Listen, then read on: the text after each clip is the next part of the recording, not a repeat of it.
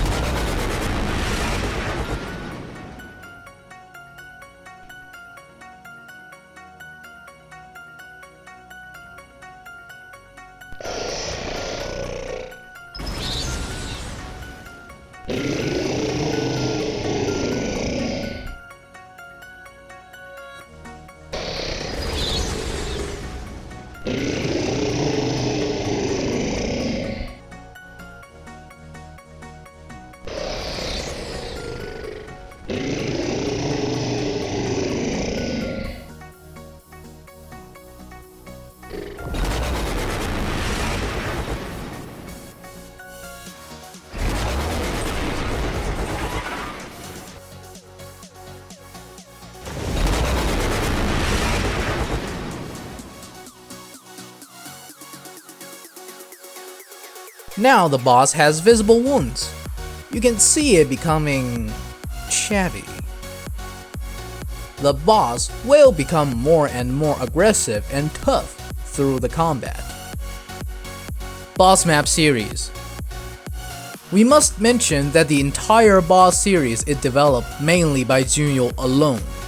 Please give him credit and appreciation. We were planning on developing only two maps, but recently we decided to add one more. This series of map has a fully connected storyline. The first map is called The Secret Prison. Again, please select the settings like so. Plot. This entire series is based on Yuriko. In this story, she escaped the Empire's compound and is against all three factions. In the first chapter, Yuriko was informed that the Empire was secretly developing a superweapon, codenamed Boss. And with the information she got, she came to a small island to investigate. However, at the same time, the Ally has also discovered this rising threat and sent massive forces, not to destroy, but to claim it for further research.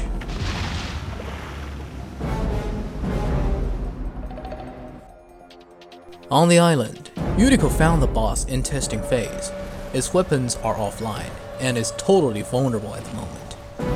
Just when she unleashed her power, the boss is alerted and evaded her attacks at the last second. During the chase, the not totally functional boss got captured by the Ally using Future Tech's new cryo tower. It is now again a perfect chance to destroy it. She knows it won't be easy, so she went around the main base to the power supply part. Since Future Tech occupied most of the Allies' power source, destroying these power plants means fatal to the entire base.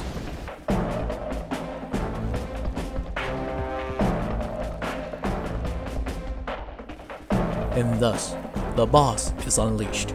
And because the future tech didn't suppress, but only contained the boss, it is now fully functional. All weapons came online, and the destruction of the ally base that came right after was simply just for playing. Yuriko knew and witnessed the whole thing. She flew into the shattered base, and that was her first time going one-on-one with the monster.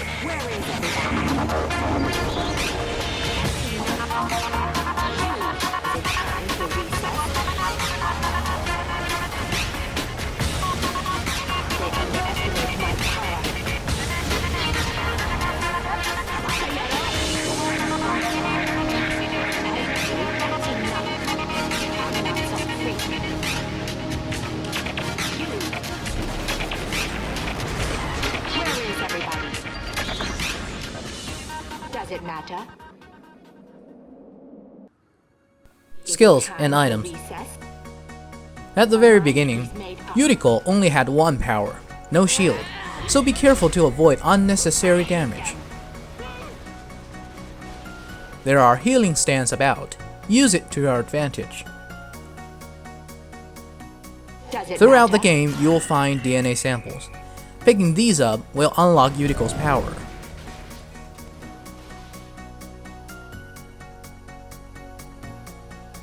Easter eggs. Besides the primary objective, there are other hidden objectives for you to discover. Some are just Easter eggs. Some requires completing a mission. Other details I shouldn't mention too much. I'll leave it to you guys to explore.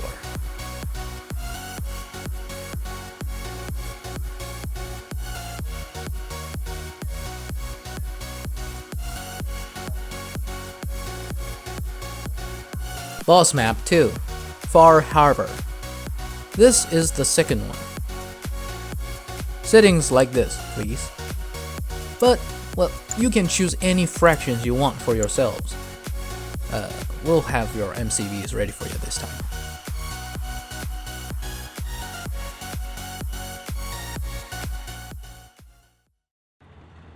Plot. When the boss got beaten, it was somehow taken back to the Empire's research center. Here, heavy armor factories everywhere, and knowing Yuriko is on the loose, they put up suppressors to drain her power. Though the boss got shut down, it did gather plenty data for further upgrade, and that is what the Empire was working on. When escorting the boss, they accidentally exposed their existence to the USSR. Within hours, the Soviet Union established a front face around this research center with more forces on the way. Yuriko managed to cut through the Soviet walls and took over an abandoned base. And through the repaired radio, she heard some friendly voices. No doubt, the Empire overheard the transmission and began their counter-strike. As they were named, tsunami of tanks flooding into this little hideout. But at the same time, the Soviet took this opportunity. With more than enough forces finally arrived, they quickly jumped into the battle to destroy this giant steel of a monstrum. Missiles, broken satellites pouring down the sky like meteors. Steel waves of heavy armor crossed the land. The apocalypse has really begun.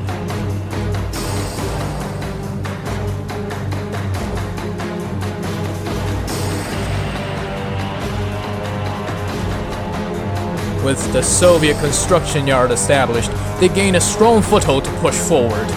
The Empire had no choice but to leave Yuriko be for now, and retreat back to the research center. And this shall be her chance to regroup. However, time runs short. The easy decision caused the front line to be out of the main force's reach. Soon the foothold became weak, and then inevitably fall. For the boss, it's once again unleashed. After the Soviet front line collapsed, the Empire decided to wipe them out of their territory, and they chased on into the Soviet base. The Iron Curtain followed, only to cast shades onto the They came, they fought, they perished. Seeing how much this monster can do, just like herself, Yuriko felt heartbroken. Behind her stands her army of slaves. She hoped this be her last time trampling on lives that are not hers. And as the psionic decimator is blown to bits, she stands in front of the boss, in front of her own kind. That's it for this video. If you enjoyed, please subscribe, leave a comment. To support us, welcome to our Patreon. There's a link in the description below. To download the mod for free, go to Nexus mod, which is also in the description. Now, enjoy nice editing. I'm Kyoto. See you in the next video.